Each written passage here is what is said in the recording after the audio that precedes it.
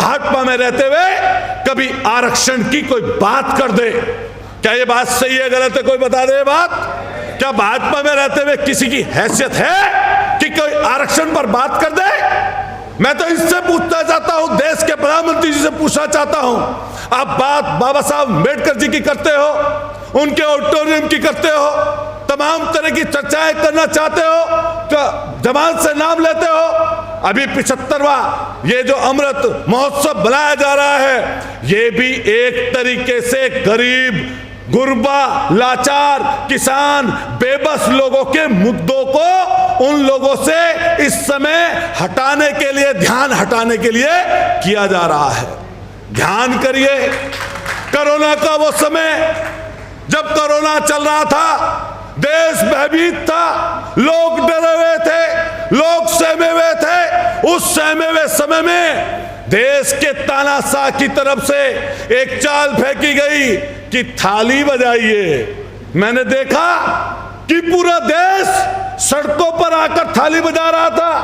इसलिए थाली बजा रहा था क्योंकि थाली बजाने में देश के व्यक्ति तानाशाह ने डरा कर रखा हुआ था, तो लोग ताली बजा रहे थे, थाली बजा रहे थे।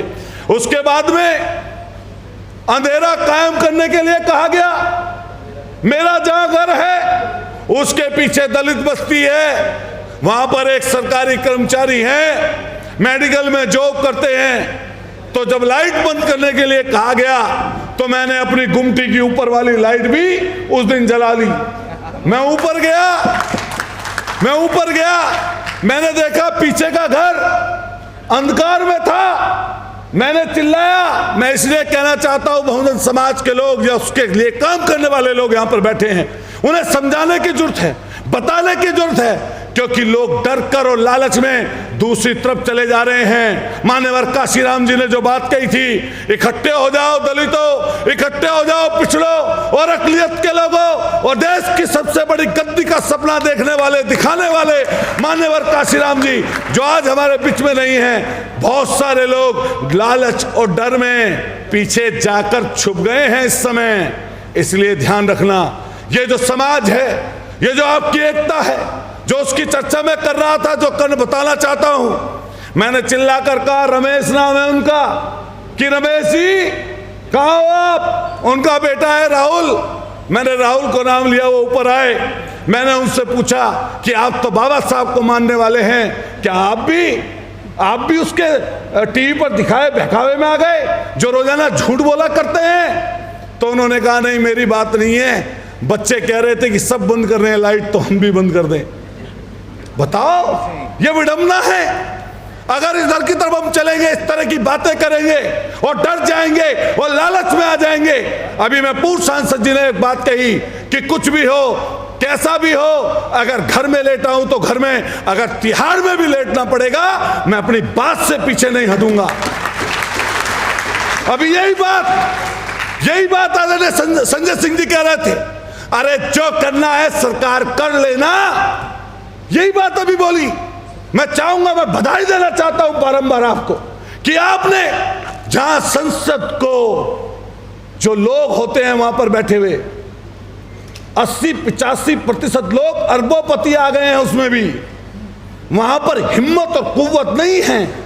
मैं तो वो देख रहा था आपका सीन, जिसमें आपने सेंट्रल हॉल में इस तानाशाह की आंखों में आंखें डालकर और पर्चे सामने खड़ा होकर दिखाने का काम किया, शायद और कोई दूसरा व्यक्ति नहीं कर सकता था। और बधाई देना चाहता हूं आरपी सिंह जी को कि आप लोगों ने इतने लोगों को इकट्ठा किया। और हम भी वादा करते हैं, अब जो ये प्रोग्राम हो रहा है, हमारे बहुत सारे आदरणीय प्रधान जी लोग हो, आसपास के लोग बैठे हैं यहाँ पर, हम लोगों को ये वाले प्रोग्राम राज्य स्तर पे अलग अलग स्टेट्स में अलग अलग मजबूती से करने चाहिए। और अभी बरसात का समय है, हमारे पश्चिमी उत्तर प्रदेश में लोग फ्री भी हैं।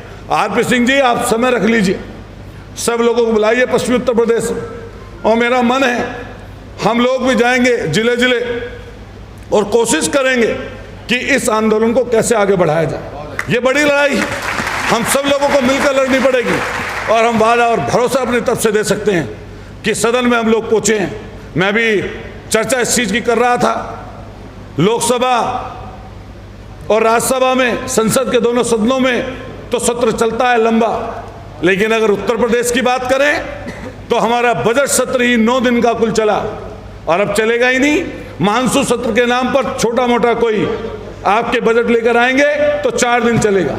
लेकिन मेरा वादा है आप लोगों से कि जब जब हम लोग उस सदन में बोलेंगे तो सामने वाले के पद और ओहदे से डर कर नहीं बोलेंगे, उनकी आंखों में आंखें डालकर उनसे सारी चीजें, किसानों की, नौजवानों की बोलने का काम करेंगे।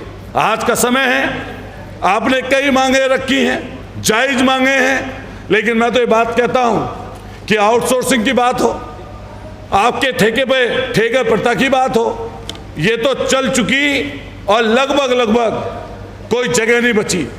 अभी अग्निवीर पर बोले थे, मैंने सुना था, जो भी संसद में लोग बोला करते हैं, खासतौर से आप बोलते हैं संजय सिंह जी, तो हम लोग सुनते हैं, देखते हैं कि कैसे क्या चीज हो रही है। आपने अग्निवीरों पर जब बोला, 32 साल से जो लोग नौकरी कर रहे थे, तीनों सेनाओं का भी राजनीतिकरण इन लोगों ने कर दिया।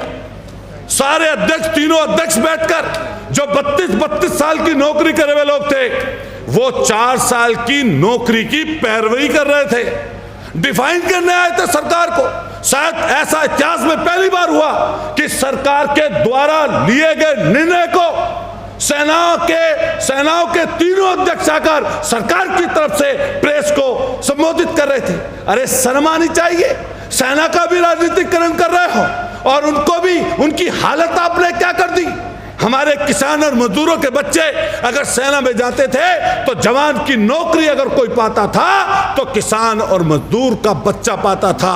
अगर किसी ने इस चीज में भी सबसे बड़ी चोट देने की काम की है तो इस सरकार ने करने का काम किया है। हालांकि कई लोग बोल सकते हैं दलगत बात, राजनीति से संबंधित बात, अगर राजनीति ही नहीं होगी तो आप खत्म समझिए अपने आप को। तो कई लोग कहते हैं कि राजनीति की बात की, अगर राजनीति की बात ना करें तो कैसे होंगी चीजें, कैसे लाई जाएंगी। बखेर दिया ना आपको, बखेर दिया ना अलग अलग। उत्तर प्रदेश का चुनाव हो रहा था, मैं तो आपका धन्यवाद करूंगा, बाबा साहब का धन्यवाद करूंगा कि आप लोग हमारे क्षेत्र में इकट्ठे हो गए। अगर ऐसे इकट्ठे हो गए होते तो कोई उत्तर प्रदेश में इनकी सरकार बदलने से रोक नहीं सकता था। क्या रुक जाती? क्या नहीं रुकती, इनकी सरकार बदलनी तय थी, लेकिन नहीं हो पाया ऐसा। अभी बहुत बड़ी लड़ाई है। अभी बोलकर गए, अपनी बात को समाप्त करने से पहले कहना चाहता हूं कि 2024 की लड़ाई है, लड़ाई बहुत बड़ी है। सोचिए, समझिए और सोच समझ कर निर्णय लीजिए। और कई बार संगठनों की जब बात आती है, मैं आदरणीय आरपी सिंह जी को धन्यवाद करूंगा, आपने बेबाकी से आदरणीय संजय सिंह जी से अपनी बात रखी। हम लोग वादा और आपको भरोसा दे सकते हैं इस चीज का कि आने वाले समय पर कितनी भी बड़ी लड़ाई क्यों न लड़नी पड़े, हमने भी अपना मन बना रखा है। ये सब जानते हैं, 60-62 मुकदमे हम पर भी हैं, सब आंदोलन और संघर्ष के हैं। कोई शायद होगा जो इधर का उधर तक, आप तो बहुत अच्छी तरह परिचित हैं, हर कदम पर इन्होंने मुकदमे ना लिखे हों। मैंने कि और लिख दो 60-62, अगर तुम हमारा विचार बदल के दिखा दो तो हम मान लें, मान लें हम बात। भाई बात यही तो है। अभी बहुत अच्छी बात, क्योंकि संजय सिंह जी बैठे हैं, अभी बहुत अच्छी बात की इन्होंने कि सबसे ज्यादा क्या करेंगे, मेरा घर छीन लेंगे। अभी बोले ये कि मेरे पास जो वो छीन लेंगे। अच्छा छीन लो, अच्छा घर से बेदखल कर दो, जो गांव में मेरी जमीन है उसको भी खत्म कर दो, मेरी जबान को रोक कर दिखा दो, यही बोलेंगे हम भी। अरे मैंने तो मैं बताऊं आरपी सिंह जी, जब अभी पिछले दिनों आंदोलन हम लोगों ने उतना बड़ा नहीं किया 3-4 महीने में, लेकिन मेरी 2 बहनें हैं, एक प्रोफेसर हैं बड़ौद में, केमिस्ट्री की प्रोफेसर हैं, हमारे बहनों भी गौतम बुद्ध यूनिवर्सिटी में प्रोफेसर हैं। तो हमारे मम्मी पापा बचपन में एक्सपायर हो गए, तो मैंने अपनी बहनों से, दोनों से बात की कि लड़ाई बहुत बड़ी है, अगर कोई दिक्कत आ जाए तो बच्चों की परवरिश का काम तुम्हें ही करना है, बच्चों की परवरिश का काम तुम्हें ही करना है। क्यों बोली वो बात? हमें पता है ये बात, जब बुलडोजर चलता है, मैंने कई जगह बात कही है कि किसी घर में रहने वाला कोई एक व्यक्ति नहीं होता, एक ही घर में दूसरा भाई भी हो सकता है, बूढ़े माँ बाप भी हो सकते हैं, इनोसेंट बच्चे भी हो सकते हैं, एक पीढ़ी पहले बना हुआ घर भी हो सकता है, लेकिन ये बुलडोजर वाली कल्चर जब मैंने देखा, कानपुर में बुलडोजर चल रहा था, दूसरी अलग अलग जगह पर लोगों का अतिक्रमण हो रहा था, हम और आप दूर बैठकर हंस रहे थे और खुशी मना रहे थे हिंदू और मुसलमान के नाम पर। लेकिन ये ध्यान रखना दोस्तों और भाइयों, बड़े बुजुर्गों, वो बुलडोजर का मुंह कब आपके घर की तरफ हो जाएगा, ये बहुत बड़ी बात नहीं है। आरक्षण मांगोगे तो बुलडोजर का डर दिखाएंगे, रोजगार मांगोगे तो बुलडोजर का डर दिखाएंगे, शिक्षा मांगोगे तो बुलडोजर का डर दिखाएंगे। वो बुलडोजर का डर असल में अगर किसी को दिखाया जा रहा है तो मांग करने वाले लोगों को ही दिखाया जा रहा है। अरे गुंडे और बदमाशों को जो चाहे आप कर लो, जो चाहे चीज कर लो, लेकिन हम लोगों को आपको समझना पड़ेगा कि जो तानाशाही वो करने पर उतारू हैं, सारी चीजें अभी संविधान की हम लोग बात कर रहे थे, संविधान की चर्चा लगातार लोग करते हैं, वो भी करते हैं, हम भी करते हैं, लेकिन संविधान लागू तो है, लेकिन इन लोगों ने उसको ताक पर उठाकर रख दिया। क्या बताओ ये बात सही है गलत है?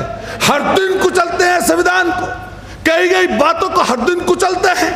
और क्या कर दे लोग, ये सावरकर को वीर बना दे, वीर बना दे। अरे माफी वीर को वीर बनाने का काम, अगर इतिहास को बदलने का काम कोई करने वाली पार्टी और इस समय पर सत्ता में बैठे हुए लोग हैं तो यही लोग हैं। और ध्यान रखना, आप और हम ये बात करते रहेंगे और चीजें छीनते रहेंगे, इसलिए इकट्ठे हो जाएं और जगह जगह सम्मेलन करें। आप आरपी सिंह जी जब तय कर देंगे हम लोग लग जाएंगे और बड़ी संख्या में लोगों को इकट्ठा कर करके इस चीज की तरफ लेकर चलेंगे। मैं फिर पुनः आप सब लोगों को दिल की गहराइयों से धन्यवाद भी दूंगा और बधाई भी दूंगा कि आपकी बदौलत इतने सारे लोगों से रूबरू होने का मौका मिल गया। जब भी कोई इस तरह की स्टेज पटल होते हैं, इनसे चीज़ें बनती हैं, निकलती हैं। कई बार लोग चर्चा करते हैं अलग अलग दल की, संगठनों की, पार्टियों की, लेकिन अगर ये संविधान नहीं रहेगा, ना कोई दल बचेगा, ना कोई पार्टी बचेगी और ना कोई गरीब बचेगा। ये सबको खत्म करना चाहते हैं, गुलाम बनाना चाहते हैं, इसलिए हम सब लोगों को इकट्ठा होना पड़ेगा।